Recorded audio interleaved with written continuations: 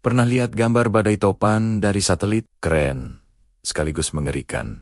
Ya, awan berputar raksasa yang bisa menelan satu kota. Tapi, pernahkah kamu perhatikan?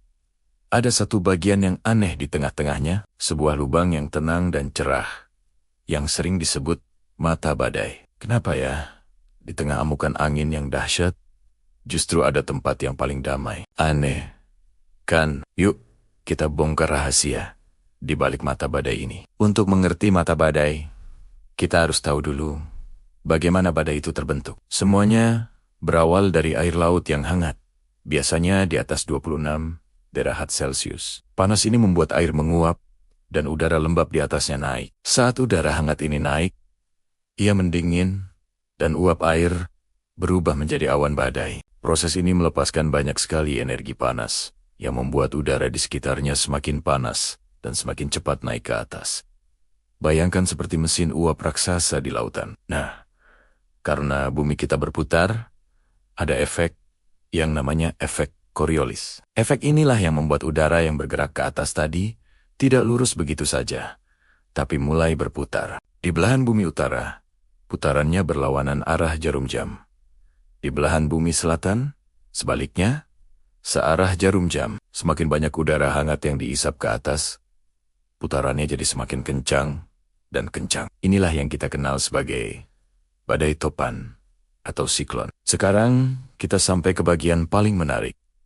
Mata badai. Saat badai semakin kuat dan putarannya super kencang, sebagian udara yang sudah ada di puncak badai, di lapisan atmosfer yang tinggi, mulai terdorong ke tengah. Udara di ketinggian itu dingin dan kering. Ketika udara ini dipaksa turun ke pusat pusaran, ia mulai menghangat dan mengering. Proses udara turun ini disebut subsidensi. Apa akibatnya? Udara yang turun dan menghangat ini menekan pembentukan awan.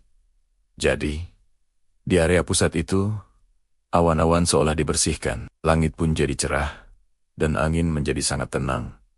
Bahkan hampir tidak ada.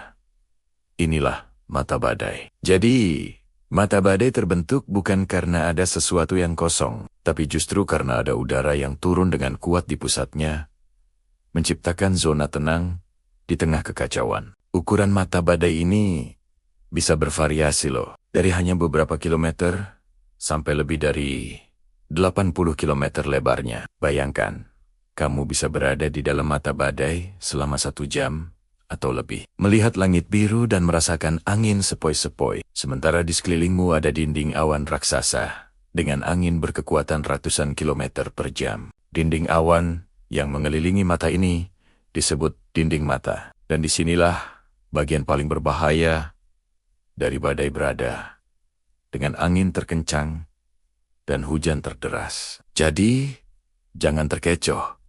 Ya, meskipun di dalam mata badai cuacanya tenang, itu hanya sementara. Setelah mata badai lewat, kamu akan dihantam oleh dinding mata dari sisi seberangnya, dengan kekuatan yang sama dahsyatnya. Makanya, saat ada peringatan badai, tempat teraman adalah di dalam tempat perlindungan yang kokoh. Bukan mencoba menikmati ketenangan di mata badai. Nah, sekarang kamu tahu kan, kenapa di tengah badai yang ganas, ada mata yang tenang. Ini semua karena fisika yang luar biasa di atmosfer kita. Fenomena alam memang selalu punya cara untuk membuat kita takjub. Semoga informasi ini bermanfaat dan menambah wawasan kamu ya. Kalau kamu suka dengan penjelasan seperti ini, jangan lupa untuk like, subscribe, dan bagikan video ini ke teman-temanmu. Sampai jumpa di video berikutnya. Terima kasih sudah menonton.